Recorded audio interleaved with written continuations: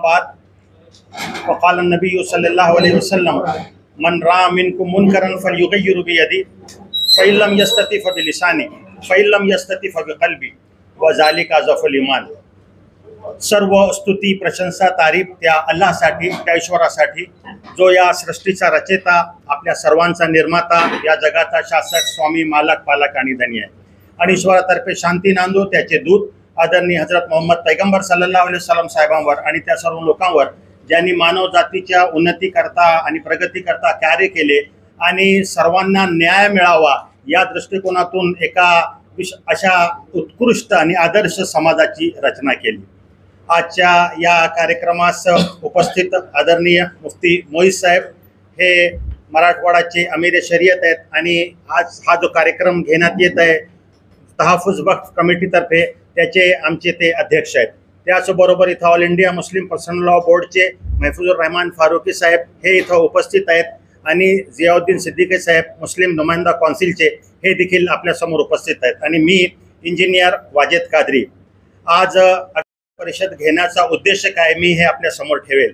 जसं आपल्याला माहीत आहे की वक्फ कायदा 2025 इथं पार्लमेंटमध्ये त्या दोन्ही सदनानंतर राष्ट्रपतीच्या सिग्नेचर नंतर हा पारित करण्यात आलेला आहे आणि त्याचा विरोध करण्यासाठी all India Muslim Personal Law board तर्फे सर्व भारतामध्ये अगदी शांतिपूर्ण पद्धतीनं, संविधानिक पद्धतीनं आंदोलन केलं जात आहे आणि या आंदोलनाला खूप मोठा प्रतिसाद समाजाच्या सर्व स्तरामधून, थरामधून मिळत आहे। ही त्याची विशिष्ट बाब आहे।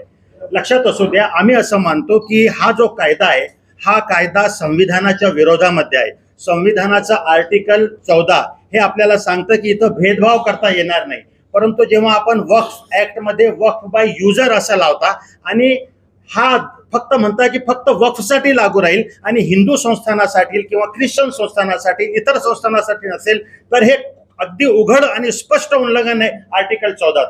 कारण की भेदभाव आपल्या घटनेला हा मान्य नाही। त्याचबरोबर आर्टिकल 25 प्रत्येकाला अधिकार दिलेला आहे की त्यांना आपल्या धर्मानुसार आचरण करावं, हा माझा संविधानिक अधिकार आहे।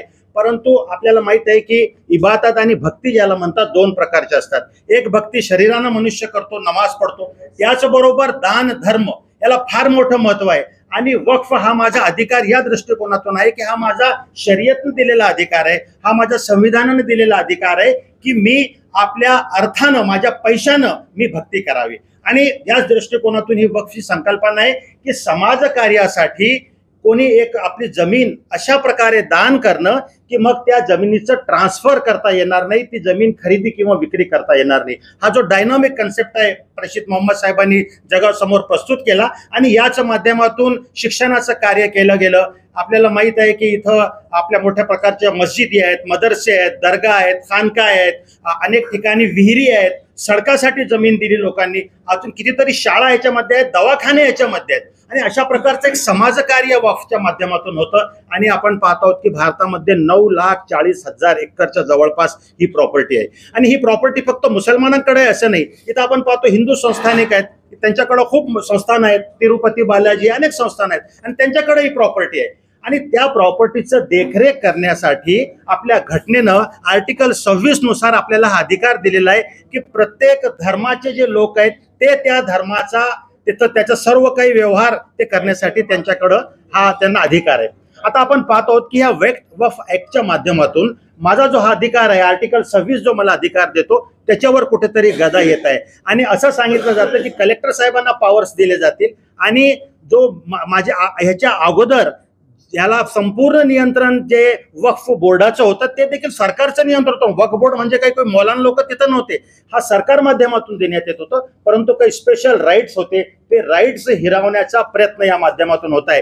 विशेष म्हणजे ज्याला रायडिंग ऍक्ट म्हणतात, आता हा रायडिंग ऍक्ट हा वक्फचा असणार नाही, म्हणजे ट्रायब्युनलच्या आपल्याला जो फैसला होता त्याला आपल्याला ऑब्जेक्शन घेण्याचा अधिकार होता, हायकोर्टमध्ये आपण जाऊ शकलो असतो, परंतु आता म्हणतात की सर्व सर्वे करण्याचा अधिकार, व्हॅल्युएशनचा अधिकार, त्या प्रॉपर्टीचा सर्व काही मालमत्तेचा संपूर्ण अधिकार कलेक्टरला, जिल्हाधिकाऱ्याला देण्यात येत आहे आणि कुठेतरी ट्रायब्युनलला जे राईट्स होते ते राईट्स काढण्यात येत आहे। पहा, वक्फ मी सांगितलं हा माझा भक्तीचा हा माझा एक प्रकार आहे आणि माझा हक्क आहे की मी या प्रकारची भक्ती करावी। जर आपण म्हणत असाल की 5 वर्ष तुम्हाला थांबावं लागेल, मुसलमान झाल्यानंतर वक्फ करण्यासाठी, आणि प्रत्येकानं कुठून 5 वर्षाचं सर्टिफिकेट आणून द्यायचे सरकारला? मला सांगावं लागेल की मी 5 वर्षानं प्रॅक्टिसिंग मुस्लिम आहे, कुठून सर्टिफिकेट आणायचे?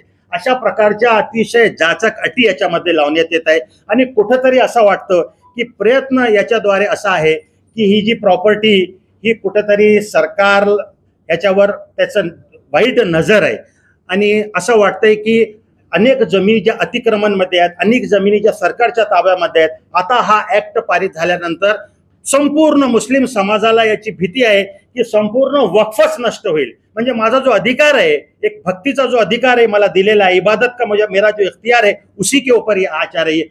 कौन करेगा बताइए? अगर ऐसे लॉज आएंगे तो कोई अपनी जमीन वक्फ करेगा क्या?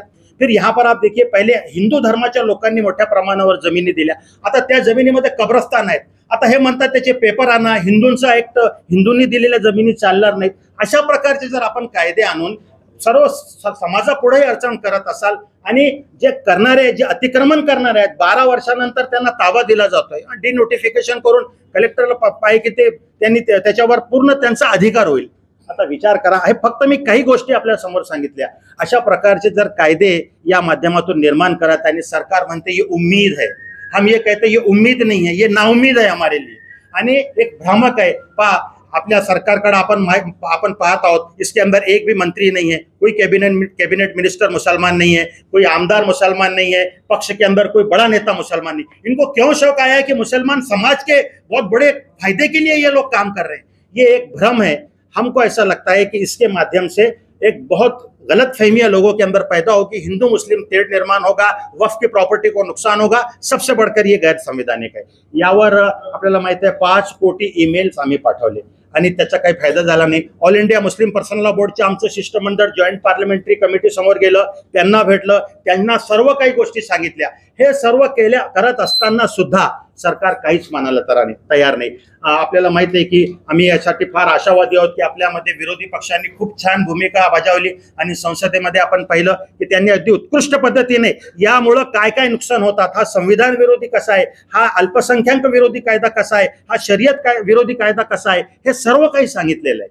या सर्व काही गोष्टी सांगितल्या असताना सुद्धा अतिशय आपण म्हणतो की हिटलरशाही पद्धतीने नहीं हम नहीं मानेंगे, तुमको हमारा कायदा मानना पड़ेगा, इस तरह से मेजॉरिटी के बेसिस के ऊपर ये कायदा पारित किया गया. त्याचा विरोध करण्यासाठी सर्व ठिकाणी आपल्याला माहिती आहे पूर्ण भारतामध्ये अति शांततापूर्ण पद्धतीने हे आंदोलन होत आहेत.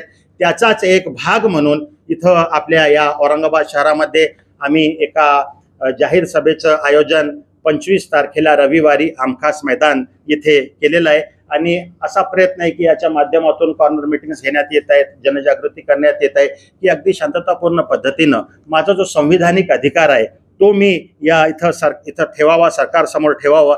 आणि आम्हाला आशा आहे की ज्या प्रकारे CA-NRC मध्ये अतिशय चांगलं आंदोलन झालं आणि सरकार कुठेतरी बॅकफूटवर गेलं, त्याचबरोबर आपण पाहतो किसान आंदोलनामध्ये झालेलं आहे की अतिशय चांगल्या प्रकारे शेतकऱ्यांनी आंदोलन केलं आणि किसानचे जे बिल होते ते आणले होते किसानच्या भल्यासाठी, ते मागं घ्यावे लागले. तर आम्हाला अशी आशा आहे की आपण संविधानिक पद्धतीने सर्व समाजाला बरोबर घेऊन, फक्त प्रश्न मुसलमानांचा नाही, प्रश्न येथील मायनॉरिटीजचा आहे, प्रश्न येथील जे काही धार्मिक संस्था आहेत त्या सर्वांचा आहे. तर सर्वांनी मिळून याच्या विरुद्ध एकजुटीने जर आपण आपली गोष्ट सरकारसमोर आपली बाजू मांडली तर आम्हाला अशी आशा आहे की सुप्रीम कोर्टमध्ये देखील चांगलं डिसिजन येईल. आणि त्याचबरोबर हे जे 44 अटी ज्या लावलेल्या आहेत त्या सर्व 44 अटी शासन मागं घेईल, सरकार मागं घेईल आणि ते मागं घेण्यास आम्ही त्यांना बाध्य पाडू. अशा प्रकारचं आंदोलन हे इथं केलं जात आहे. मी आपल्या सर्वांचं धन्यवाद व्यक्त करतो. आणि मला अशी आशा आहे की आपण म्हणतो की लोकशाहीचा स्तंभ आहे मीडियाद्वारे आमची ही जी भावना आहे ही समाजातील सर्व लोकांपर्यंत मोठ्या प्रमाणात आपण पोहोचवण्यास मदत कराल, हीच आपल्याकडे आशा करतो. आणि ईश्वराशी प्रार्थना करतो की त्यानं आपल्या देशाची देखील सुरक्षित ठेवावं, आपल्या सर्वांना सुरक्षित ठेवावं आणि आपल्या सर्वांना सरळ मार्गावर चालण्यासाठी त्याच्याकडूनच आपण विश्वास आपण बाळगतो आहोत आणि त्याच्याशीच आपण दुआ करतो. हाँ, इसमें हमारे इजलास में मौलाना उमरैन महफूज साहब जो मुस्लिम पर्सनल लॉ बोर्ड के जो है सेक्रेटरी है वो है, और इसी तरीके से यासीन जो है अली साहब हमारे ये भी मुस्लिम पर्सनल लॉ बोर्ड के सेक्रेटरी हैं, बदायूं से, वो भी आ रहे हैं. एडवोकेट शमशाद साहब दिल्ली से जो है सुप्रीम कोर्ट के वकील है और हमारे मुस्लिम फैसला बोर्ड के आमिला के रुकन है, वो भी तशरीफ़ ला रहे हैं। और इसी तरीके से हमारे इलाके के जो है मुअज़्ज़ज़ अरकान हैं, अशरफी साहब, रफ़ीउद्दीन अशरफी साहब और निज़ामुद्दीन फ़खरुद्दीन साहब, ये सब तशरीफ़ ला रहे हैं। पॉलिटिकल लोगों से जो है हमारे पास इमरान प्रतापगढ़ी साहब भी जो है वो आएंगे और इसी तरीके से और दो जमातें हैं एनसीपी से हाँ, एनसीपी से जो है जतेंद्र ओहाड़े साहब और प्रकाश अम्बेडकर साहब, वामन मिश्राम साहब, ये सब लोग आ रहे हैं और ये लोग सब बयान भी करेंगे और इस बिल के सिलसिले में जो है वो बात भी करेंगे। इससे पहले जो है काफी जगह परभनी वगैरह हो चुका है और भीड़ हुआ है, मालेगांव हुआ है। इससे पहले जैसा हमारे पास नांदेड़ है, अभी जो है 23 को जलगांव में हो रहा है, 25 को हमारे पास है, 24 को नांदेड़ में है और 26 को पूना में है। ये सब पूरे महाराष्ट्र में चल रहा है। जी लोकल लीडर रहेंगे इसमें, लोकल शहर के पूरी जमातों के तंजीमों के नुमाइंदे भी रहेंगे और पूरी पब्लिक रहेंगी, उलमा, खवास और डॉक्टर्स वगैरह सब रहेंगे आपके साथ ही। और आमदार खासदार भी यहाँ के और एक्स खासदार और एक्स जो है कारपोरेटर्स, ये सब लोगों का हमको पार्टिसिपा है। उन लोगों ने लेटर भी दिया हम लोगों को। कितना मजमा जमा हो सकता है? तकरीबन 1 लाख के करीब समझिए। अब आपके ऊपर है, आप जितनी पब्लिसिटी आप जितना ताउन और मदद करेंगे उतना बेहतर है। क्लाइमेट का बंदोबस्त कर लीजिए, क्लाइमेट खराब चल रहा है, मौसम खराब है। वो मौसम खराब होने के एतबार से अल्लाह से दुआएं भी जारी है और तरकीब और तदबीर भी जारी है। मौसम का मसला तो अल्लाह के हवाले है, हम लोग दुआ करेंगे कि भाई पुनः जो है अच्छे अंदाज में।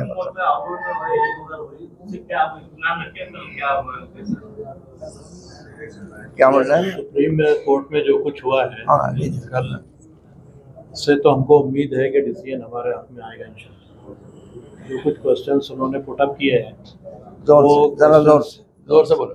वो क्वेश्चन जो है पहले चीफ जस्टिस ने जो किए थे उसी नौयत के, और जिस अंदाज से उन्होंने जवाब नहीं दिया है और इधर उधर हाँकते रहे, ऐसे लगता है कि गवर्नमेंट के पास उसका कोई जवाब नहीं है उन क्वेश्चंस का, जो बहुत बेसिक क्वेश्चंस है। क्योंकि पार्लियामेंट ने बहरहाल कानून पास किया है, चीफ जस्टिस सोचेंगे एक मरतबा कि एक पार्लियामेंट का पास किया हुआ कानून किस तरह से रिजेक्ट किया जा सकता है। लेकिन जो फंडामेंटल राइट्स है, 15 है, 14 है, 25 है, 26 है, ये जो बेसिक फंडामेंटल राइट्स है, इसके अगेंस्ट में अगर कोई लॉ कोई भी बनाता है तो वो एक्सेप्ट नहीं होगा। और due to this custodian of the constitution अगर सुप्रीम कोर्ट को मानते हैं तो सुप्रीम कोर्ट की पहली जिम्मेदारी ये है कि जो बुनियादी हुकूक हैं, फंडामेंटल राइट्स जो हैं, उसको वायलेट करने वाला कोई भी कानून वो एक्सेप्ट न करे, चाहे वो पार्लियामेंट बनाए, असेंबली बनाए, कोई भी।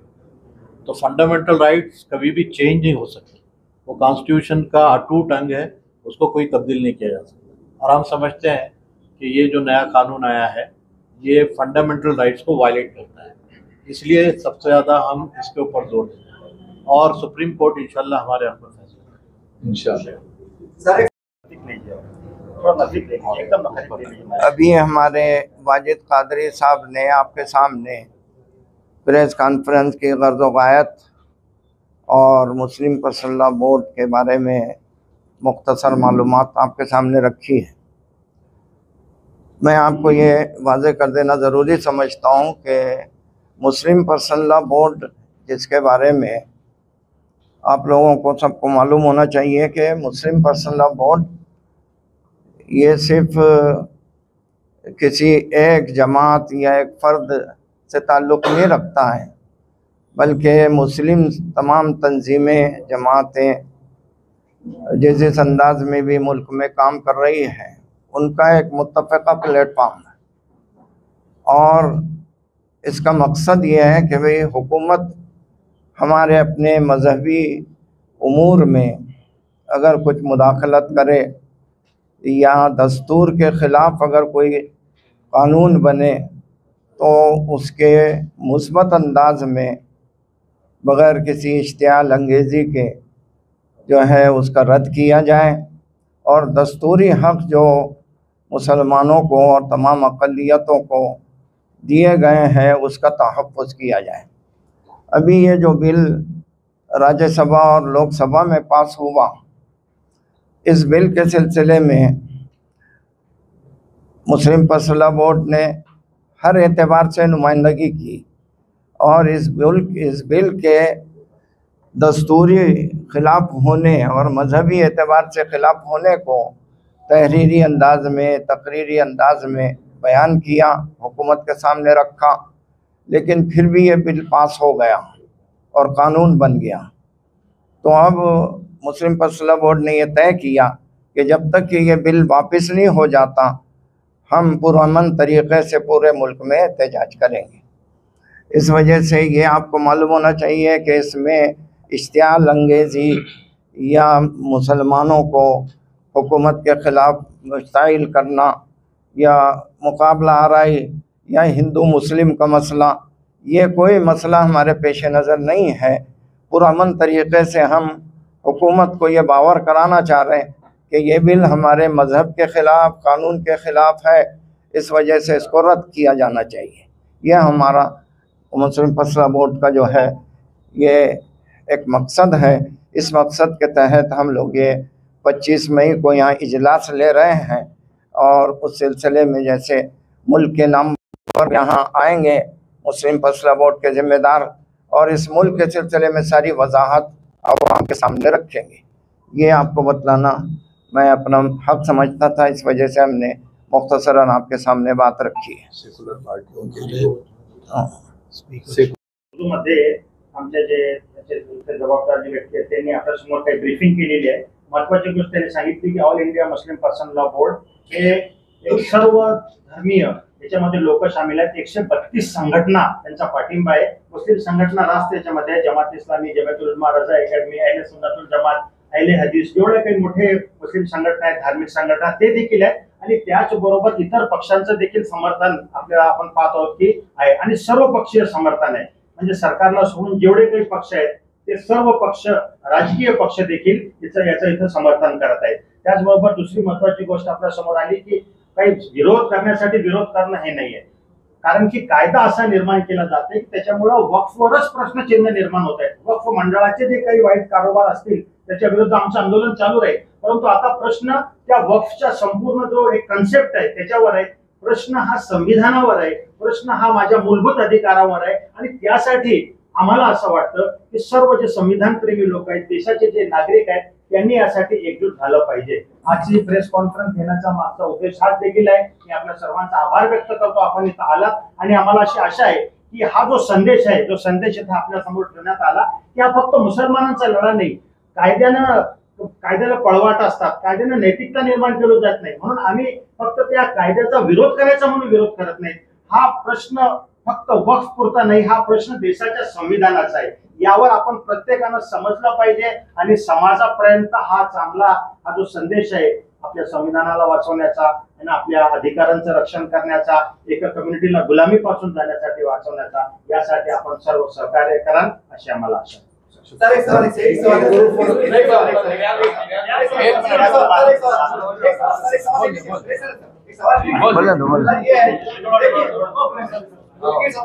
जब से ये एक्शन में लिया है, मुस्लिम पर्सनल लॉ बोर्ड एक्शन में आया है, अच्छी बात है, कोई बुरी बात नहीं है। लेकिन सवाल ये है कि कई सालों से वक्त पे लूटमार चल रही थी, तो उस वक्त इस तरह से अभियान क्यों नहीं चलाया?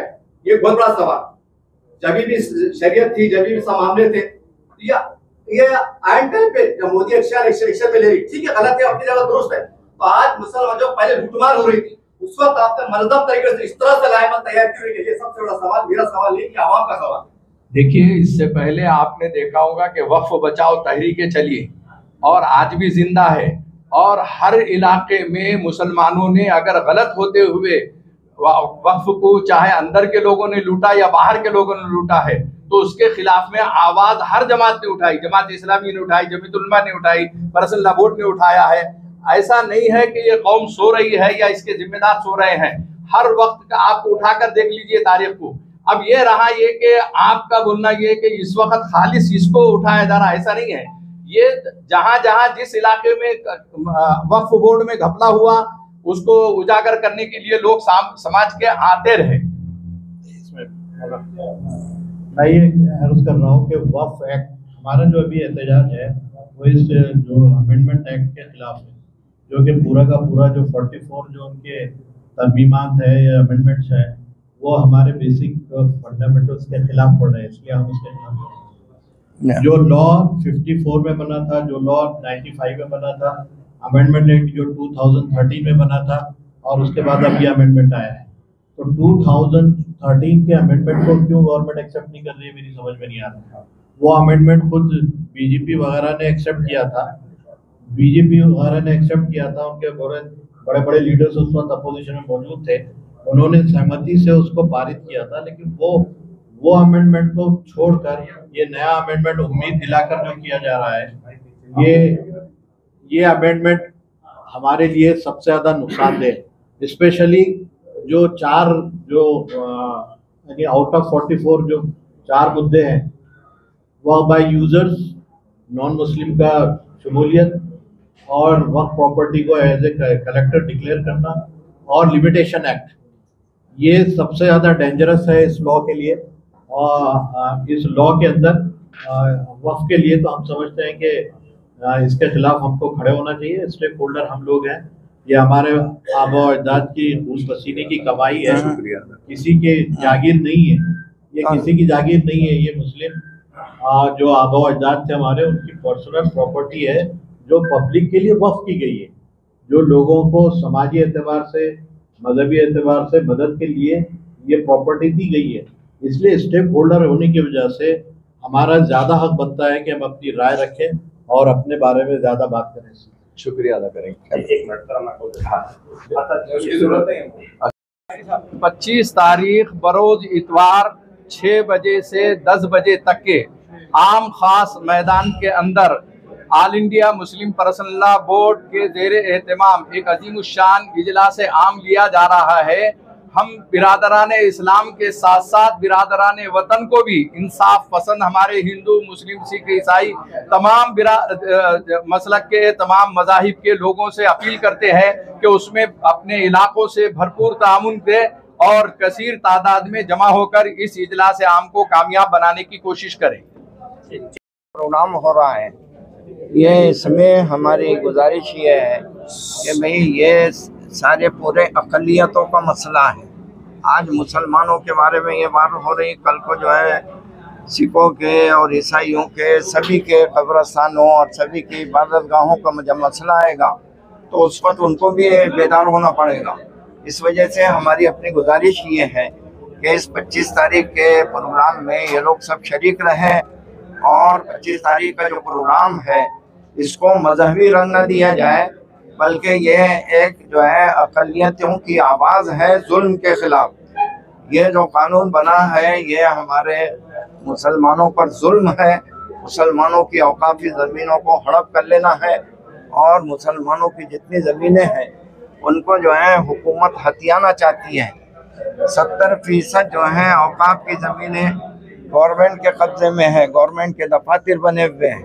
अब अगर गवर्नमेंट जो है औकाफ के सिलसिले में संजीदा है और मुसलमानों की मदद करना चाहती है तो क्यों नहीं फिर गवर्नमेंट ये 70% जो है अराजी ये जो हुकूमत के कब्ज़े में है उसको ये कह दे कि भाई हम औकाफ के हवाले कर देंगे, और अगर नहीं है तो किराया हम हालात के एतबार से उसका किराया बढ़ाएंगे। तो इस वजह से ये हम लोगों ने जो 25 को प्रोग्राम रखा है मुस्लिम पर्सनल बोर्ड की तरफ से, ये हुकूमत के इस बिल के खिलाफ है। ये इसको हिंदू मुस्लिम मसला ना बनाया जाए और पुरअमन तरीके से ये इजलास होगा। इसमें सभी जो है अक़लियतों के लोग शरीक होंगे और जो है हमारे मुस्लिम पर्सनल बोर्ड के जो नुमाइंदा है वो इस बोर्ड जो है इस बिल के सिलसिले में तफसीली बात करेंगे। इस वजह से हमारी गुजारिश है कि भी सब लोग इसमें शरीक रहें, हमारा साथ दें और जो है हुकूमत ने ये जो बिल लाई है इसको रद्द करने तक के ये तहरीक चलेगी। ये कोई महीना 2 महीना नहीं, जब तक के ये बिल वापस नहीं हो जाता मुस्लिम पर्सनल बोर्ड मुख्तलिफ अंदाज में इसकी मुखालिफत करेगा। ये मुख्तसरन पता है। 25 तारीख बरोज इतवार।